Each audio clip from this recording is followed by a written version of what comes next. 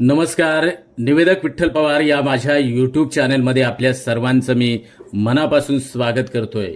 बांधवांनो, तुम्ही दररोज मोफत आता यापुढे शिकणार. तुम्हाला एकही रुपया स्किल किंवा कोणतंही कौशल्य शिकण्यासाठी प्राप्त करण्यासाठी तुम्ही फक्त एकच काम करा, ते म्हणजे कोणतीही घाई न करता निरीक्षण करा आणि शिकण्याची संधी तुम्ही शोधा. यावरच आजचा व्हिडिओ आहे. तत्पूर्वी निवेदक विठ्ठल पवार या यूट्यूब चॅनलवर जर आपण नवीन असाल तर माझ्या यूट्यूब चॅनलला आपण सबस्क्राईब करा.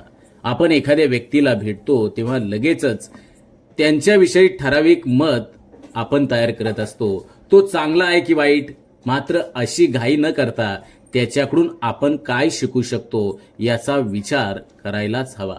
प्रत्येक व्यक्तीत काहीतरी चांगले असते, चांगले ते शोधा. त्यामुळे कोणाचीही ओळख झाल्यावर त्याच्या सकारात्मक गुणांकडे पाहण्याची सवय तुम्ही लावून घ्या. निरीक्षण हा एक उत्तम गुरु आहे.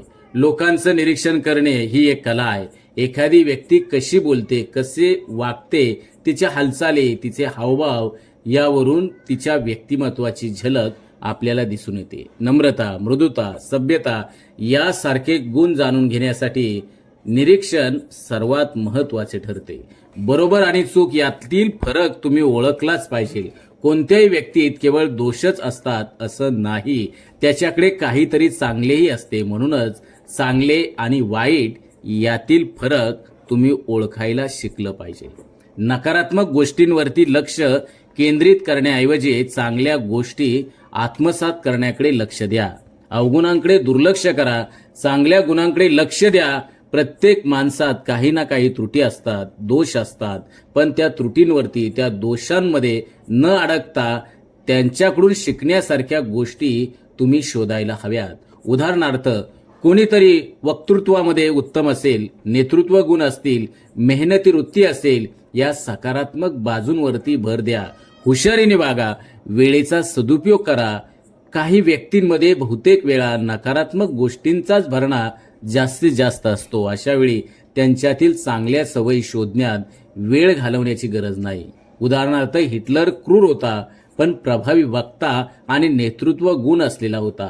त्यामुळे प्रत्येक व्यक्तीकडे चांगले गुण असतात, पण ते शोधण्यासाठी तुम्ही किती वेळ द्यायचा हे प्रत्येकानंच ठरवलंच पाहिजे. मग शिकण्याची मानसिकता ठेवा.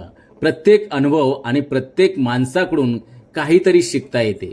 फक्त त्याकडे सकारात्मक दृष्टिकोन ठेवून पाहण्याची गरज आहे.